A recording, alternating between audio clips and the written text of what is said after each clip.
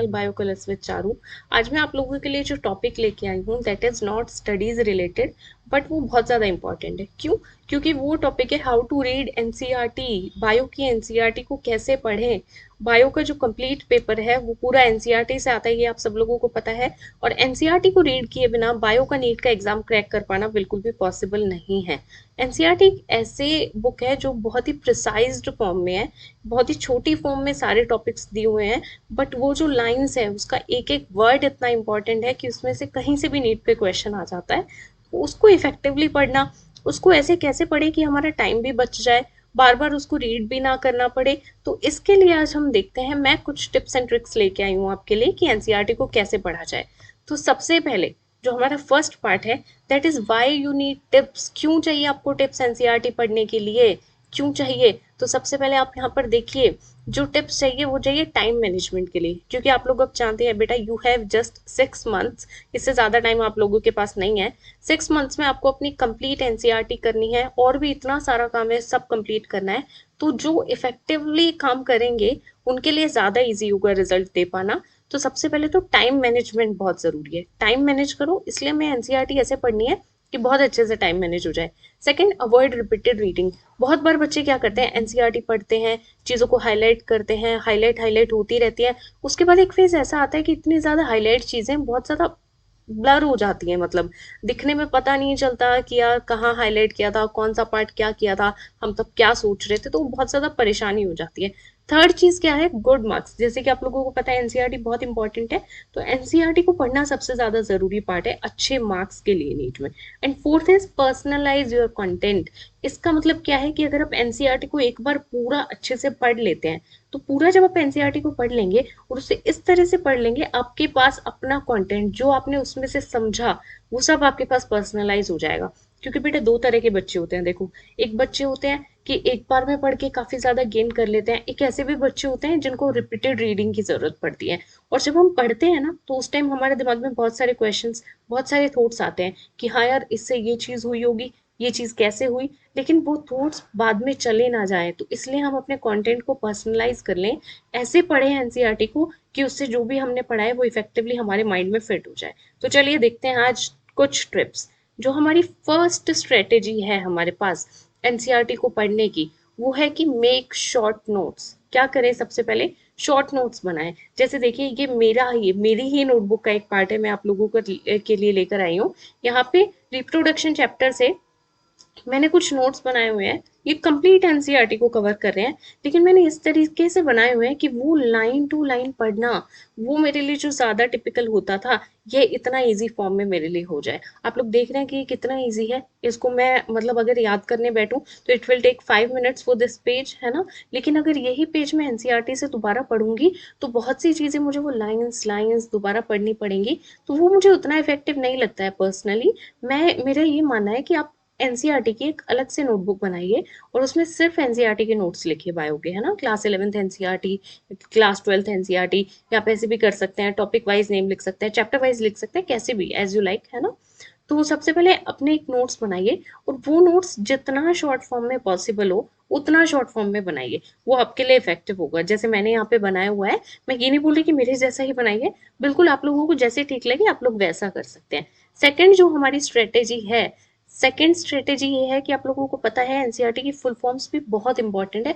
बहुत बार सिर्फ एक छोटी सी शॉर्ट फॉर्म देके उसकी फुल फॉर्म पूछ लेता है क्वेश्चन में, या थोड़ा सा घुमा के उसकी फुल फॉर्म पूछ लेता है। तो आपके लिए जानना बहुत जरूरी है। तो क्या करिए, सारी फुल फॉर्म्स को एक पेज पे लिखिए, है ना। अलग से एक पेज लीजिए या एक स्टेपल कर लीजिए, या आप लोग एक 3-4 पेज का कुछ एक फोल्डर बना सकते हैं, एक फोल्डर में रख सकते हैं। जितनी भी एनसीईआरटी की फुल फॉर्म आपने जितने भी चैप्टर्स में देखी है, सबका एक पेज बनाइए और उसको अलग से रखिए। वो लास्ट में रिवीजन के लिए बहुत हेल्पफुल होगा और बहुत ज्यादा इजी होगा। ठीक है, जैसे कि यहाँ पे एक एग्जाम्पल के तौर पर दिखाया भी हुआ है कि एक पेज में बहुत सारी फुल फॉर्म्स लिखी हुई हैं। नेक्स्ट आप क्या कर सकते हैं थर्ड स्ट्रेटेजी में, जितने डिस्कवरीज हैं, जितने साइंटिस्ट, उनके ईयर, उनकी डिस्कवरीज, सारी जो डिटेल्स हैं, वो आप लोग एक पेज में शॉर्ट लिस्ट कर लीजिए। एक पेज यानी कि एक पेज, 2 पेज, 3 पेज, जितना भी हो रहा है सारे शॉर्ट लिस्ट कर लीजिए और उसकी एक सेपरेट शीट बना लीजिए, ताकि जब आप एग्जाम टाइम में जाए तो आपको डिस्कवरीज लर्न करना बहुत ईजी हो जाए। वो भी एक इफेक्टिव चीज है, आपको ढूंढना नहीं पड़ेगा कि कौन सी डिस्कवरी किसने की, बार बार कौन सी ईयर में की थी यार, पूरा उस चैप्टर में जाओ ढूंढो, वो नहीं करना पड़ेगा। एक शॉर्ट लिस्ट करो है ना, और उसको एक चैप्टर में लिखो डिस्कवरीज को और उनका जो भी ईयर था और जिसने भी परफॉर्म की थी वो। तो ये थी मेरी third trick. Moving to the fourth trick. Fourth trick जो मेरे पास थी वो ये है बेटा कि एक सेपरेट नोटबुक बनाइए। मैं ये नहीं बोल रही हूँ, बट मेरा पर्सनल रिकमेंडेशन ये है कि आप एक ब्लैंक पेज वाली नोटबुक लीजिए और उसमें एनसीईआरटी के सारे डायग्राम्स अपने हाथ से बनाइए, खुद ड्रॉ करिए। जब आप खुद ड्रॉ करेंगे तो आप में एफिशिएंसी भी आएगी, और जब आप खुद किसी चीज को लिखते हैं, खुद ड्रॉ करते हैं, तो आप लोगों को ज्यादा इजीली लर्न होती है। ये बात सब अच्छे से जानते हैं। तो जब आप खुद उन पार्ट्स की लेबलिंग करेंगे ना, खुद उसको बनाएंगे, तो आप लोगों को बहुत ईजी होगा, आपको वो पार्ट्स याद रहेंगे। आप देखिएगा जब एग्जाम में जाएंगे तो आप लोगों को उस टाइम पे याद आएगा कि यार हाँ मैंने ये लेबलिंग की थी, ये पार्ट क्या था, है ना। उस टाइम पे माइंड में एक शॉर्ट मेमोरी की फॉर्म में सेव हो जाता है, तो वो आपके लिए इफेक्टिव होगा। एक अगर आप नहीं अफोर्ड कर सकते हैं या फिर नहीं है आपके पास अवेलेबल वो नोटबुक, ब्लैंक नोटबुक, तो आप लाइन वाली नोटबुक भी ले सकते हैं। बट जो डायग्राम बनाइए वो अपने हाथ से बनाइए। ऑल्सो एक चीज कि जितना हो सकता है कलर पेन्स यूज करिए, ज्यादा नहीं, कुछ 4-5 कलर पेन ले लीजिए 20-50 रुपए के, और उन कलर पेन्स को यूज करके आप अपने डायग्राम्स बनाइए। और उनको, जैसे कि मैंने अपने शॉर्ट नोट्स में भी उन कलर पेन का यूज किया है, आप भी वैसा कर सकते हैं, वो ज्यादा इफेक्टिव होगा। नेक्स्ट जो हमारी है स्ट्रेटेजी 5। स्ट्रेटेजी 5 बेटा बहुत इंपॉर्टेंट भी है, और थोड़ी सी इसमें मतलब प्रॉब्लम भी आती है। कैसे? कि मैंने क्या लिखा है यहाँ पे, निमोनिक्स यूज करिए, माइंड मैप्स यूज करिए, चार्ट यूज करिए। मैंने नीचे एक माइंड मैप का और निमोनिक का एग्जाम्पल भी दिया हुआ है, आपको दिख रहा होगा। देखिए माइंड मैप बहुत अच्छा है। माइंड मैप क्या करता है ना, शॉर्ट फॉर्म, जैसे चाहे वो चैप्टर का मतलब एक पूरा एनालाइज कर देता है शॉर्ट फॉर्म में कि हमें क्या क्या पढ़ना है, या फिर किसी भी टॉपिक को वो एक शॉर्ट फॉर्म में एरोज एरोज एरोज बॉक्स, उसके लिए बहुत अच्छा रहता है, उसको लर्न करने में बहुत इजी होता है।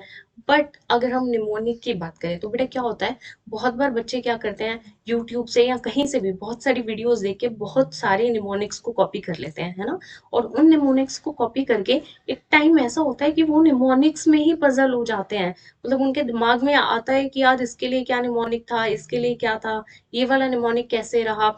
तो इतना निमोनिक्स भी मत यूज करिए कि आप लोगों को हर निमोनिक में ही कंफ्यूजन होने लगे, है ना। निमोनिक्स उन चीजों के लिए यूज करिए जो आपको श्योरिटी है कि ये मुझे ऐसे याद रहने में बहुत प्रॉब्लम होगी, या शायद मैं इसे पक्का भूल सकता हूँ। तो उन चीजों में आप निमोनिक्स का यूज करिए। ऐसी चीजों में, छोटी छोटी चीजों में निमोनिक्स का यूज ना करें, ये मेरा पर्सनल रिकमेंडेशन है, ताकि आप उसमें कंफ्यूज ना हो। एक और चीज, निमोनिक को कहीं से भी कॉपी करने की बजाय, है ना, अपनी डेली लाइफ से या अपनी चीजों से उसे रिलेट करें। क्या आपने पढ़ा है, क्या कोई भी आप जोक कुछ भी सुनाते हैं, कुछ भी अपने अपने फ्रेंड से सुना है, कुछ भी आपके ग्रुप में हो रहा है, घर में हो रहा है ना, तो उस चीज से रिलेटेड आप अपने सेल्फ निमोनिक बनाने की कोशिश करिए। वो आप लोगों को ज्यादा याद रहेगा बजाय दूसरों के कॉपी करने के। ठीक है, तो ये मेरी पर्सनल ट्रिक थी। और जो लास्ट है बेटा, लास्ट इज द बेस्ट, है ना। लास्ट जो है वो क्या है, one day one chapter. One day one chapter में क्या करना है, आप लोगों को पता है एनसीईआरटी 11th 12th में आपके पास बहुत सारे चैप्टर्स हैं, और अब आपके पास 6 मंथ्स हैं। लेकिन अब पूरे 6 मंथ्स आप उन एनसीईआरटी को नहीं दे सकते हैं। मेरा सबसे बड़ा इस वीडियो को बनाने का मोटिव यही है कि आपका टाइम मैनेजमेंट हो। तो सबसे ज्यादा आप टाइम ना नहीं दे सकते एनसीईआरटी को इतना कि 6 महीने तक एनसीईआरटी पढ़ रहे हो, ऐसा नहीं है ना। तो आप लोग क्या करो, अभी आपके पास है टाइम, है ना, एक दिन डिसाइड करो, डिसाइड योर वन डे कि आज मुझे ये चैप्टर कंप्लीट करना है। और अगर आपको लगता है कि कोई चैप्टर बहुत ज्यादा लेंदी है, एक्सेस लेंदी हो रहा है, तो आप उसमें ये कर सकते हो कि उसमें आप 2 दिन ले सकते हो, है ना। तो आप लोग अपने दिन के 2-3 घंटे निकालिए और पर्सनलाइज खुद के हाथ से हर एक लाइन पढ़ के, हर एक लाइन पढ़ के उस लाइन के प्रॉपर नोट्स बनाइए, जितना शॉर्ट फॉर्म में बना सकते हैं। आप मुझसे बोलेंगे, मैं भी प्रोवाइड कर दूंगी, आप लोगों को कहीं और से भी मिल जाएंगे। But the better thing is, best thing ये है कि आप लोग अपने हाथ से बनाएं एनसीईआरटी की शॉर्ट नोट्स। कॉन्सेप्ट क्लियर करने के लिए हम लोग हैं, कि हेल्प करने के लिए हम लोग हैं, बट आप लोग नोट्स खुद से बनाइए, एनसीईआरटी को शॉर्ट खुद से करिए, है ना। और जहां तक पॉसिबल हो एक दिन में एक चैप्टर करिए। तो जब लास्ट में एग्जाम टाइम नियर बाय होगा आपका, बहुत ही जल्दी आपकी एनसीईआरटी कंप्लीट हो जाएगी, चैप्टर्स कंप्लीट हो जाएंगे काफी जल्दी। हो सकता है आपको 1 महीना लग जाए, मैक्सिमम 1.5 महीना लग जाए, 2 महीने लग जाएंगे, लेकिन तब आपकी एनसीईआरटी ऐसे कवर हो जाएगी कि आपको बुक दोबारा उठाने की जरूरत नहीं है। और अगर एक बार फिर से एक फ्रेश रीडिंग आपने कर भी ली तो भी कोई प्रॉब्लम नहीं है।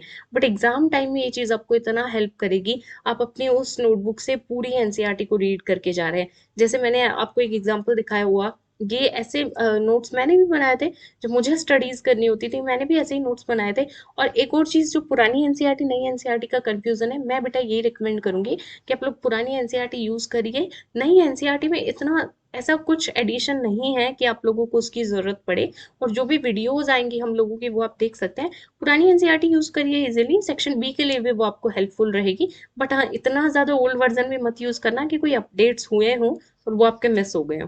तो वो बाकी आपको नई एनसीईआरटी परचेज करने की अभी ज़रूरत नहीं है। तो ये था मेरा आज के वीडियो का पर्पस कि आप लोगों को एनसीईआरटी कैसे रीड करनी चाहिए। मुझे कमेंट्स में ज़रूर बताइएगा कि आप लोगों को कितना इफेक्टिव लगा, कितना हेल्पफुल रहा ये आप लोगों के लिए, और किस किस ने इस चीज़ को अप्लाई किया। Do mention in the comment section.